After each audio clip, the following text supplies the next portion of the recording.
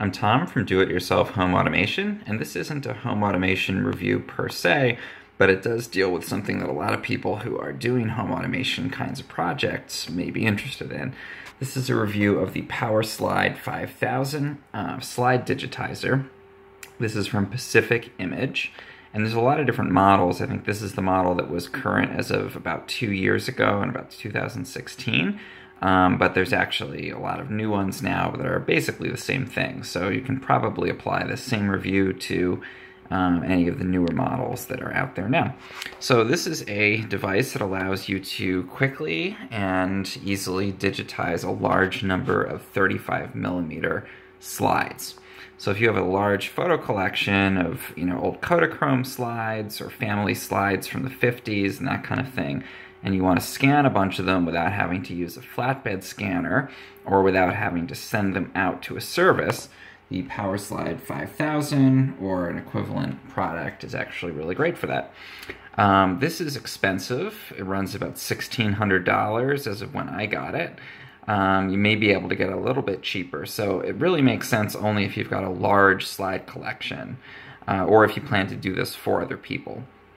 So if you have, 5,000 slides and you'd have to pay 50 cents each at least to have them scanned professionally by somebody else, then this could definitely make sense. Or if you just want to be scanning them at home and you don't want to spend a ton of time working on it, or again, if you want to do this kind of work for other people.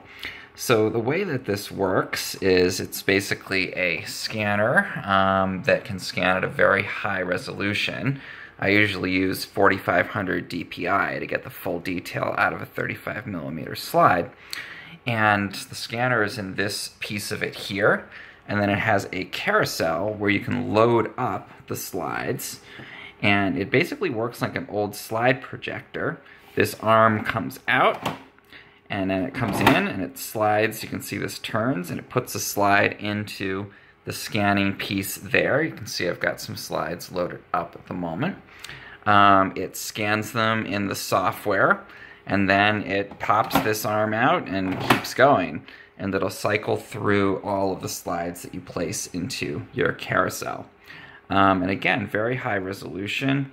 It does use an infrared cleaning technology, so if your slides are dusty, you don't have to clean them in advance. You can just put them in, and it actually does a great job of still scanning them and automatically removing that dust. Overall, the software is a little bit confusing, but it's once you get the settings tweaked properly, it's actually really, really good at scanning those slides. I found you have to do some color correction after the fact with Photoshop if you want to get the absolute best results. But, again, really, really pretty good, which is what you'd expect for a $1,600 slide scanner. You can advance through, so this is what it does actually automatically as it's moving. You can advance through the different slides in the magazine there, but again, as it's scanning, you basically just set it up and it kind of cycles through and does that on its own. And a couple other things to point out if you are interested in getting one of these. There's some convenience features. This is actually a little light box here, essentially. So if you want to see what's on a particular slide, you can pop it in there quickly and a light comes on, and you can actually take a quick peek at it so you can see if you do want to scan it or not. And there's a lot of different magazines that you can purchase to go along with this. So the one that comes with it is shown here. It's basically a linear one, and for some reason the one that comes with it is actually designed for scanning larger glass-mounted slides. So it actually doesn't work very well on the slides that most people have. And when most people buy the device, at least as of when I got it, you put the slides in and it skips slides and they get stuck and that kind of thing. And the solution is you just have to buy a magazine that's designed for 35mm slides. That are not glass mounted.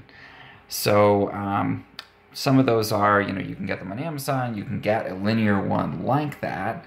Those hold, I think, about 50 slides.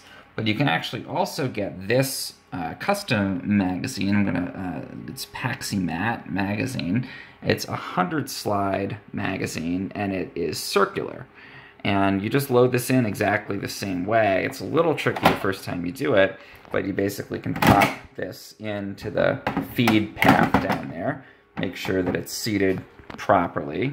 You close the arm, and then it's able to go ahead and start to move that magazine and slide the slides in and scan them. So again, get the right magazine, and if you get this 100 slide magazine, obviously you can scan more slides at a time.